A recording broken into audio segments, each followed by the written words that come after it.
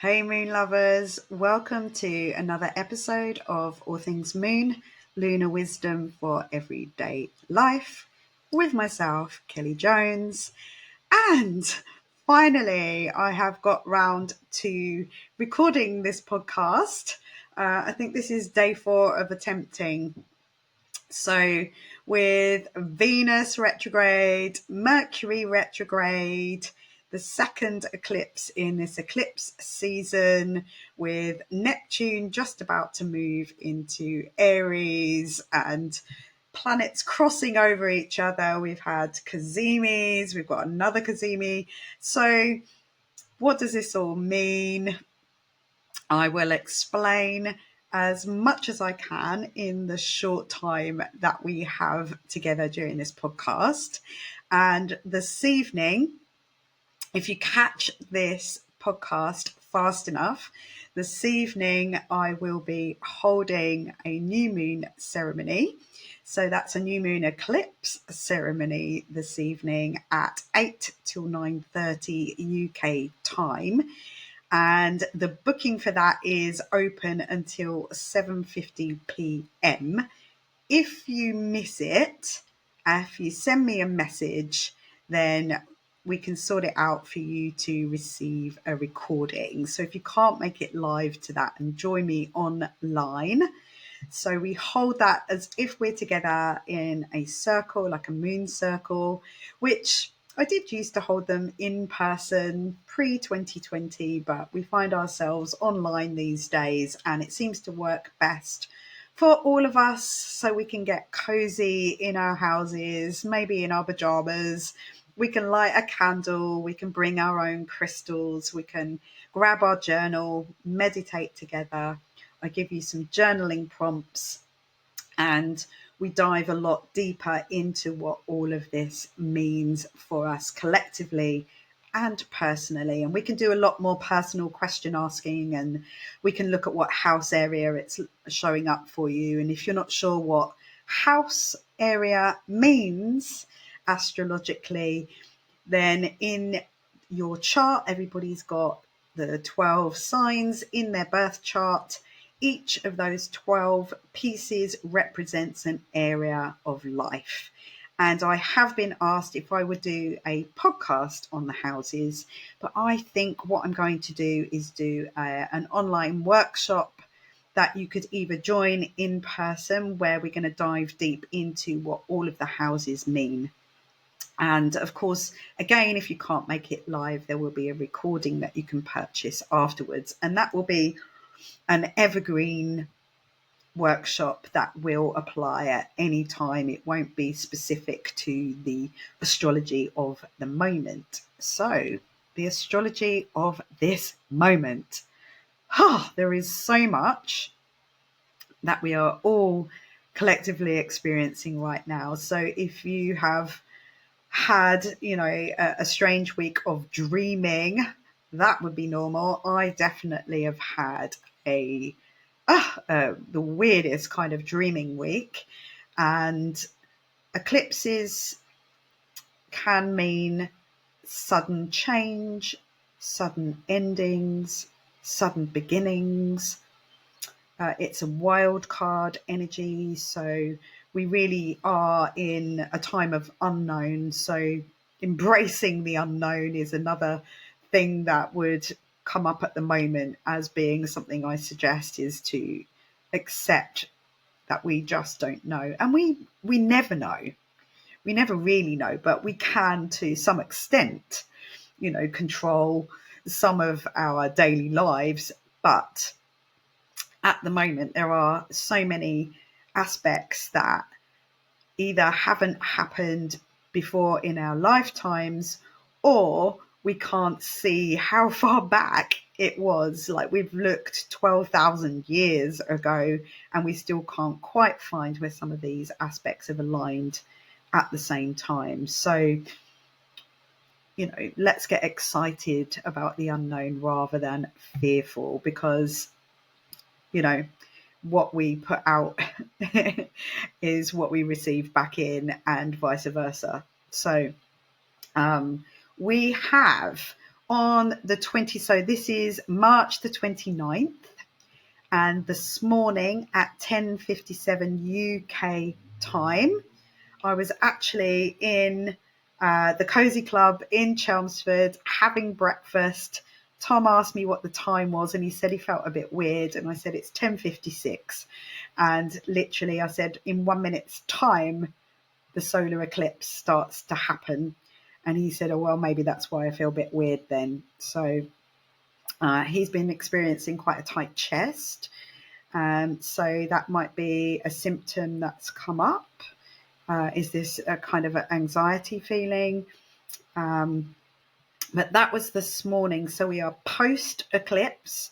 The moon has moved past the sun now and is moved on a couple of degrees.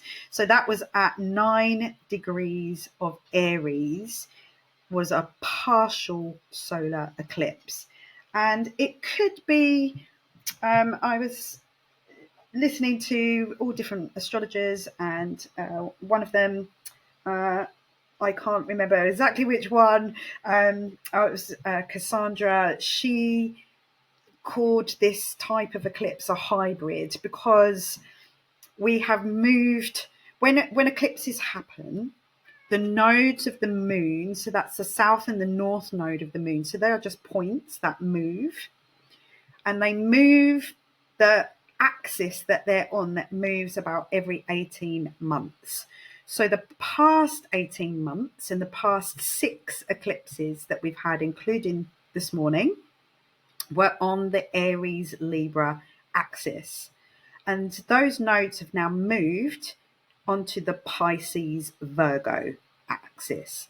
So this Aries partial eclipse was on its own. The south node is no longer on the sign of Libra. It has moved onto Virgo. And the north node is now moving onto Pisces. So this is the last moment in the past 18 months worth of eclipses. So this Aries is the beginning, and Aries is all about self-assertion. It's all about the I am. It's the pioneering spirit. It's the beginning of spring here in the Northern Hemisphere. We've had the spring equinox, and it's the Fool card, it's the leap of faith. It's that kind of energy. It's about courage, boldness, jumping in with both feet and dealing with it later. It's that kind of energy. But with having had those eclipses around there, with the North Node being on the Aries, in the Aries sign, it would have been that what we were heading towards. That's where we're going towards, being more about, what about me? How do I assert myself? Who am I? And away from people pleasing, Libra, keeping harmony and balance between everybody, even if that's not really working for you. So that's what this last eclipse would have been asking us to go back over, because we've got these retrogrades. With Venus being retrograde, she's been retrograde in the sign of Aries, and she moved back into Pisces on the 27th. So that was on Thursday,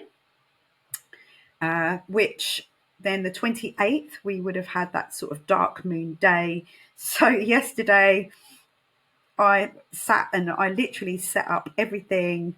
Eventually during the day, after many different things going on, eventually set up upstairs in the bedroom because Tom had come home early.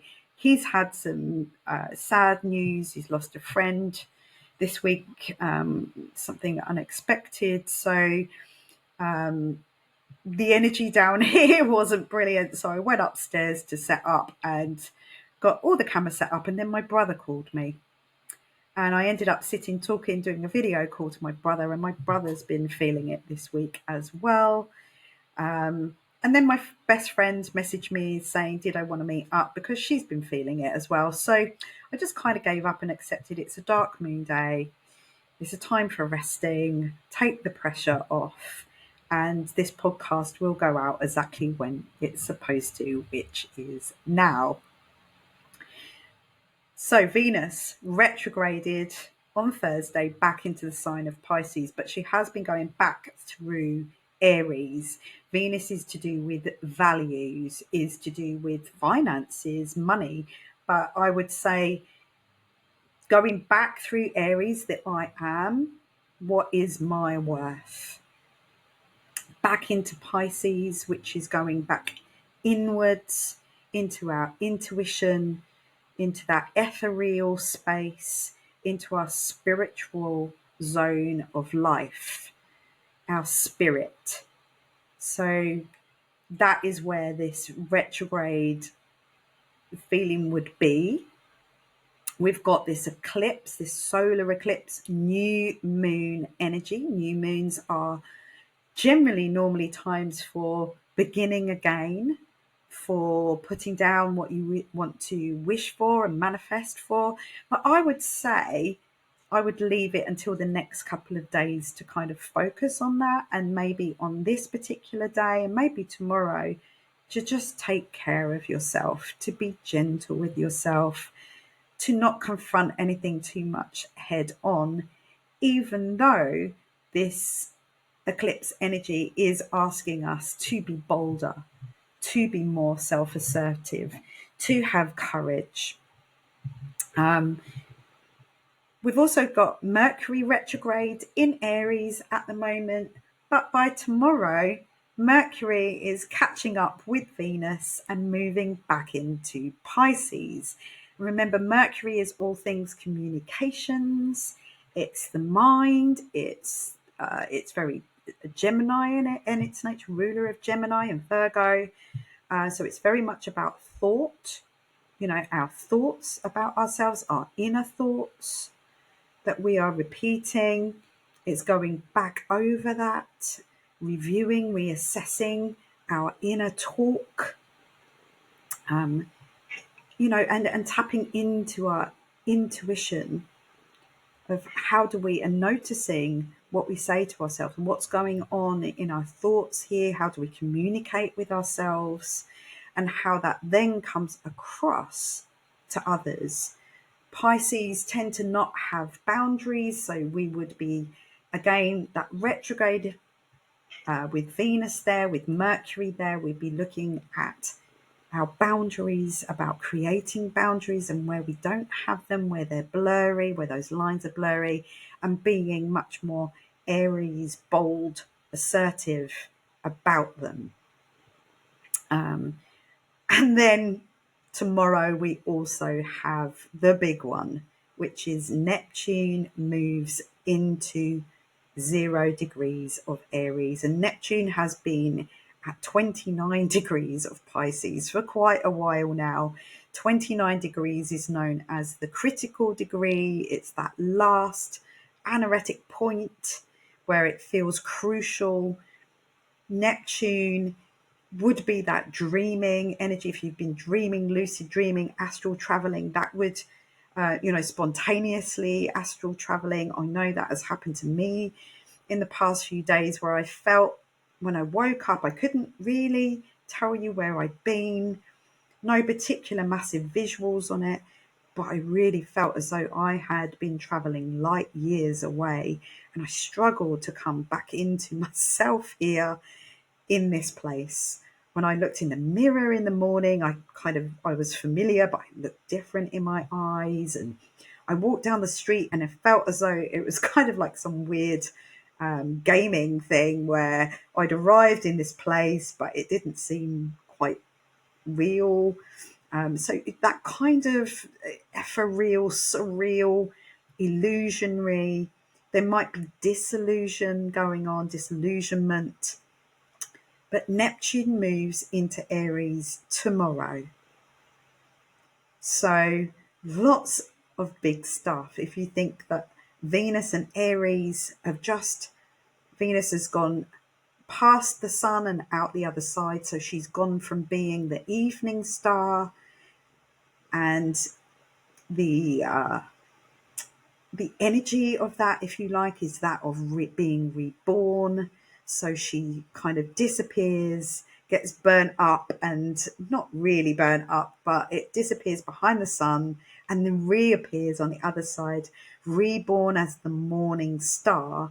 And we're having the same thing with Mercury, and Mercury and Venus cazimi, as it's known.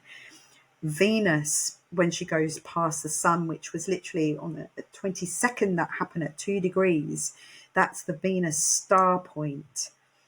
And now she's appeared back in the sign of Pisces, Mercury following suit there. So they're also been going past, conjuncting with Neptune, with the sun. So conjunctions, strong energies between all of these planets together.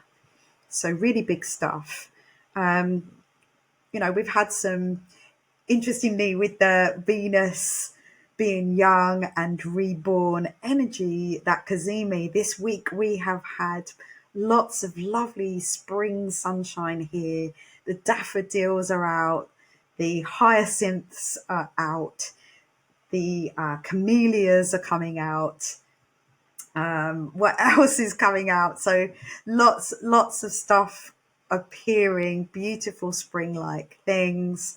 There's been a sense of warmth, optimism, a fresh outlook, but we've still got this retrograde energy, and it's gone back into Pisces. So it's kind of like at the beginning and then back to the ending. And if you have listened to my podcast last week, it was called An Ending, a Beginning. And I think I told you that I had my Strala training coming up, which was last weekend. And the Strala theme tune that we use, Dustin O'Halloran's amazing, very short but very emotive piece of music called An Ending, a Beginning. The last time I did my Strala training was in New York. And then I think the last time I saw my teacher, Tara Stiles, was in London the same year, 2018. That was October. And that was all very much at a time of big endings for me. And I really get the sense with this Aries energy, and having gone back and done that same immersive training again, Astrala yoga intensive weekend, that this is a big beginning for myself. And I'm hoping that that's the same for lots of you out there. But as we know, quite often to have a beginning, we have to have the ending. And we're still on that bridge between those two spaces, but it is feeling more imminent that that beginning is coming. So what else can I tell you? So Venus being back in Pisces, Venus is exalted in Pisces. It's her happy place. So make the most of that. Venusian energy is much stronger there. Tap into the beauty, the love, the relationship, how we value ourselves in relationships, in our relationship with self, with ourselves, because of this I am Aries energy. So this is all, this is happening here as this is happening here. So Neptune's been having its leaving party, and it's almost as though Venus and Mercury are going back in to wrap things up, to clear up that leaving party, any mess that's been left there, to go back over it. And then obviously at some point they will station direct and start moving forwards again, back into Aries. So they'll be going back past Neptune again. So, all of this backwards and forward stuff, not to mention Mars in Cancer, who's still on his way out of Cancer. By April the 18th, will start to move back into Leo, and all us Cancerians can breathe a sigh of relief. And tomorrow, the 30th, Mars will be at 23 degrees. I've just had a look at my own chart just to check.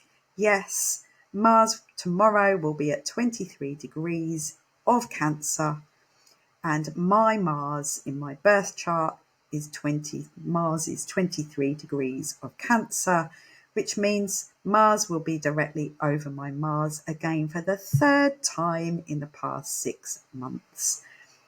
And if you've been listening to all the episodes previous to this, you know that what that has brought up for me is having to go and look over those 8th house subjects of all things to do with money, finances, in relation to others, where I give my power away around that subject, where there has been debt, dealing with that. We've also got Saturn going to be moving into Aries by May time, and Saturn is all about getting real, being mature, being grown up, having some discipline, getting sensible about wherever it is. So I have tapped into that energy to look at where some of this stuff that I've been using, this Mars energy in the sign of Cancer, but in my 8th house subjects, to do with inheritance. I'm having to look at the amount of inheritance money that I have left that I've had to tap into since 2020, when things changed so dramatically, to work out how to gain and increase my income that's coming in. And I tell you all of these things because I'm sure there's some of you out there that have probably got similar things going on. And let's be authentic about it. Let's face it. Let's use this Aries courage, bold assertiveness to confront the things that scare us, so that we can get past them and feel better, so that we can drop into that sense of rest and digest, and not be stuck in that anxiety, fear space, which we know is no good for us. Physically, it's no good for those around us. And that is where I booked that Strala yoga training a year ago, and how perfect that divine timing is of it being last weekend, just as all of this is happening right now.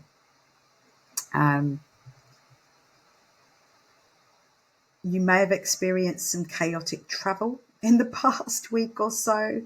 A friend of mine, Lisa, she was coming back from being out on retreat, and she got stuck in Brussels for a night because there was a fire at a power station near Heathrow Airport in London in the UK, which shut down Heathrow Airport. So all flights had to be diverted. People couldn't land. So I believe she had to get the Eurostar the next day. They were put up in a hotel overnight. So, chaos in travel. Mercury was still in Aries at this point. Mercury retrograde can affect travel plans. And it was in the fire sign of Aries, and there was an actual fire that affected travel plans. So sometimes it doesn't cause it, but these things are more likely to happen. And sometimes it is literal how it plays out. Never fails to amaze me. Mercury crossing past Neptune in the next 24 hours or so, as it crosses back into Pisces and Neptune forward into Aries. It's going to heighten our senses. And it could be to such a level that the amount of information coming in is difficult to process. So if this information I'm giving you is difficult to process, then maybe press the pause button, come back to it later. Stop, take a softness break, breathe, come into that parasympathetic nervous system, allow yourself to come into rest and digest, so that you can digest the information that's coming in. It also, with that Neptune energy, might be difficult to decipher what is real and what is not, what is imaginary and what isn't. Are you making this up as a story in your head, or is it really true? Disillusionment is another energy of Neptune. So there could be some disillusionment that comes up, and the more we take care of ourselves, the better that we can deal with these things that come at us. So we're kind of at the end. We're ending at the beginning, or we're beginning at the end. Who knows? We're in the post-eclipse Virgo energy 2 weeks ago, which was all about, purifying, cleansing our body, Virgo, Earth, our mind, Mercury, our aura, Pisces, that ethereal, our home, Mars in Cancer. So we have the true beginning of the zodiac year, the newness of spring, these last remnants of the Aries Libra axis. Neptune has been in the sign of Pisces for 14 years. Neptune has not been in the sign of Aries for 165 years, not in our lifetime. So it is stepping into an unknown beginning.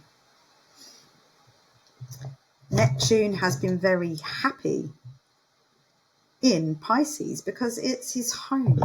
It's the underwater world. Neptune in a fire sign, maybe not so comfortable. We've got that fire, water energy again. Much happier being under the water in his kingdom than being on the land in the fire. So let's see what that plays out. Now, I do know there is quite a lot of you, if you're listening to a lot of astrology, there's quite a lot of scaremongering out there, quite a lot of, doom mongers who like to talk about the fact that the last time Neptune was in Aries, there was civil war. Does it mean that there's going to be war? Again, it's unknown. We cannot spend our whole time worrying about what we can't control. What we can control is how we feel on the inside, on what we do on our part in all of this.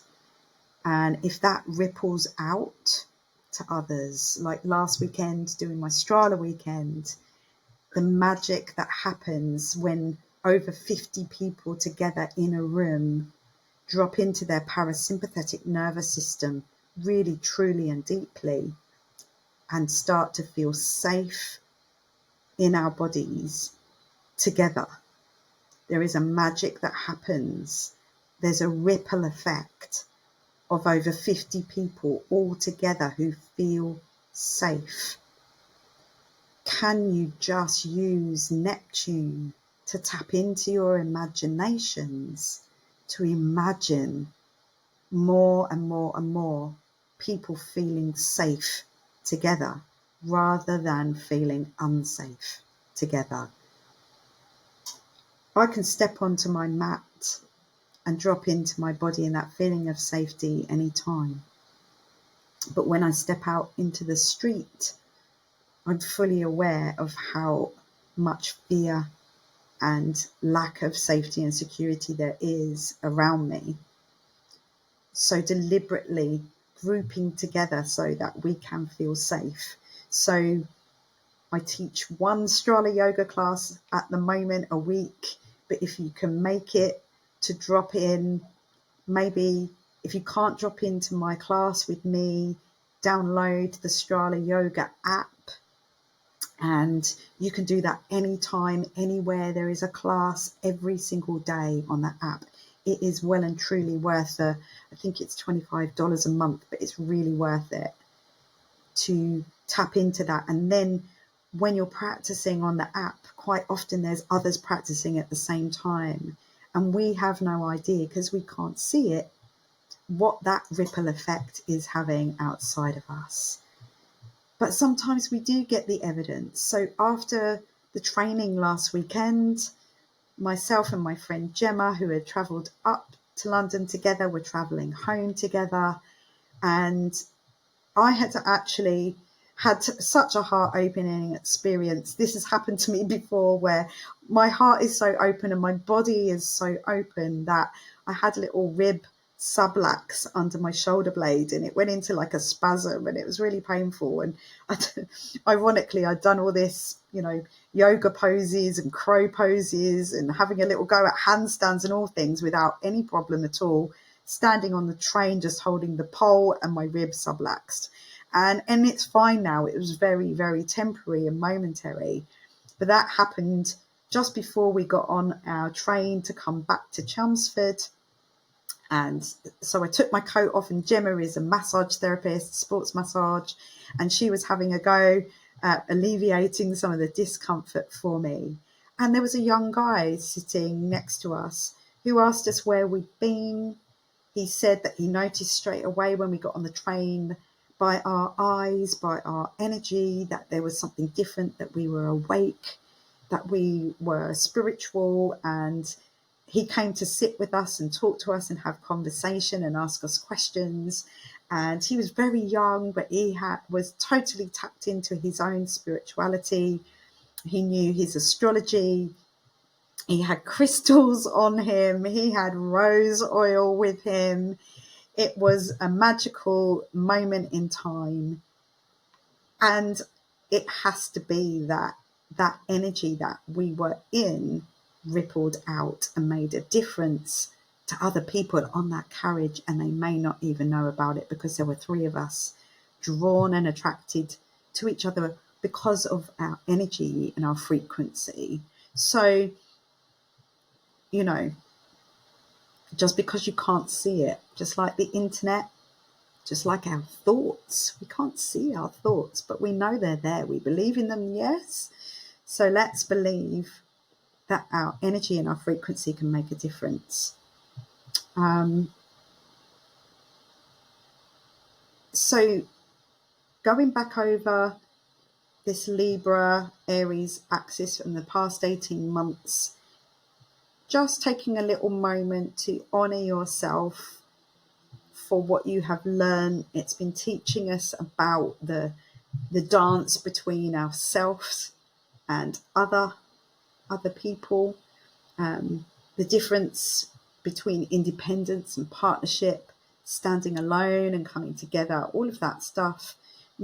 Honor yourself in the process you've been through to come into a place where maybe you are beginning to be more assertive. You're starting to have boundaries that you didn't have before. And this eclipse is asking us to be ready for this new era, to step in with boldness, to embrace the unknown, to take initiative, to have the strength to start anew, the courage to trust the process. What else can I tell you? Just looking at my notes here. So yeah, this is really big. All the big planets. We had Pluto fully in Aquarius now for the next 20 years. Neptune stepping into Aries. There will be a little time in October when Neptune goes retrograde back into Pisces, just to wrap things up. And then we'll move forwards again, back into Aries, just like the Pluto Aquarius thing that we had going on last year. Big planets changing signs. We've got Saturn moving into Aries in May. We've got Uranus moving out of Taurus after being there for 7 years into Gemini in June. We've got Jupiter moving out of Gemini into Cancer in July. Hip, hip, hooray. I'm looking forward to that. So yeah, lots and lots of big changes, new beginnings, really a new era is upon us. What does this all mean for us, for you? Obviously, I only have this short time here on this podcast to go over these main points to watch out for. I can give you a heads up and some self-care advice. The best advice, obviously, I can give you is if we have a look at your own chart and you get to know your own chart, get to know yourself better through knowing your chart, to know where the planets are, what houses they're in, what signs, the archetypal energies, all of that is individual to you. To attune to the moon every 2 weeks so you can become aware of the cycles and patterns and upcoming transits and how that might show up for you so you can take care of yourself better.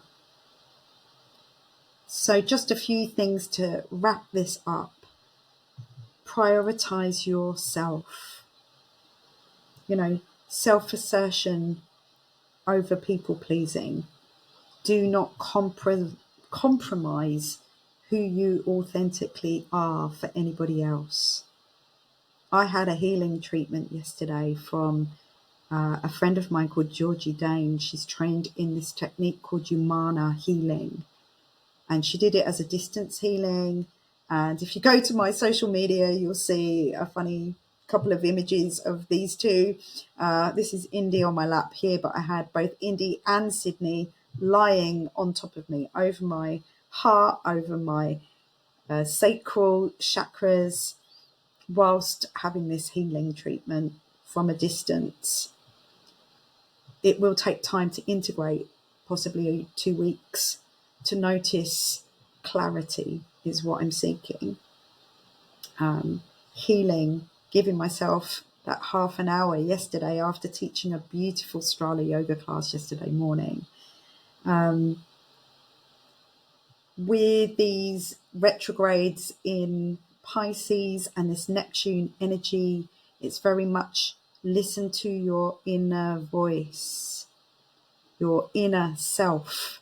Neptune in Aries. Have courage and boldly face your wounds. We also have currently at the moment, Mars is in a square to Chiron. Chiron is still in Aries. Anybody of my generation would have been born with Chiron in their charts in Aries. Aries, the self, the I am. Chiron, the teacher. The wounds around who we are and being our true selves, being able to be, instead of having this glossy, successful materialistic image, being who we really are. Some of that may be triggered right now. I know that the sun is currently right over at 10 degrees right now as I'm recording this. 10 degrees of Aries is where the sun is. It's just moved 1 degree since the eclipse, and it's right over my Chiron, which is at 10 degrees of Aries. Mars is the ruler of Aries and the ruler of this moon, of this eclipse. So that Mars energy would be very strong. Tomorrow, 23 degrees of Cancer. Mars, 23 degrees of Cancer over my Mars. Bringing up this stuff very strongly. Taking care of myself whilst all of this is being brought up. Embrace the unknown and, reassess, review, redo, go back over your self-value, your self-worth, and how you communicate this to others. How you treat yourself is how others learn to treat you. How you communicate, what you're saying out loud and what you're saying in your inner voice. All things to take note of. So in the coming months, as I said, I'm going to host some in person if you live in locally, and some online workshops where we dive deeper into some of these individual subjects to help guide you have a deeper understanding of the art and the language of astrology, of the zodiac. I think, though, some of it remains a welcome mystery in this world of too much information. And remember, with that Mercury passing Neptune at the moment, too much information, overwhelm is possible. My aim is for you to reach a point where you start to intuitively sense what's coming and to be able to join the dots in the bigger picture of it all. So hopefully you'll make it to my moon circle this evening. A little bit last minute from me, so if you don't, it's fine, but you can get the recording and you could do it tomorrow, do it the next day. There's plenty of time.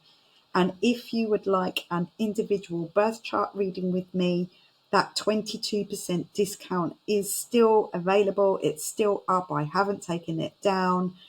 And the code in all capital uppercase is space girl 22. So if you go to my website, which you will find the details and the links in all the show notes out there, pop in that Space Girl 22 code at the checkout and you'll get 22% off your own individual birth chart reading with me.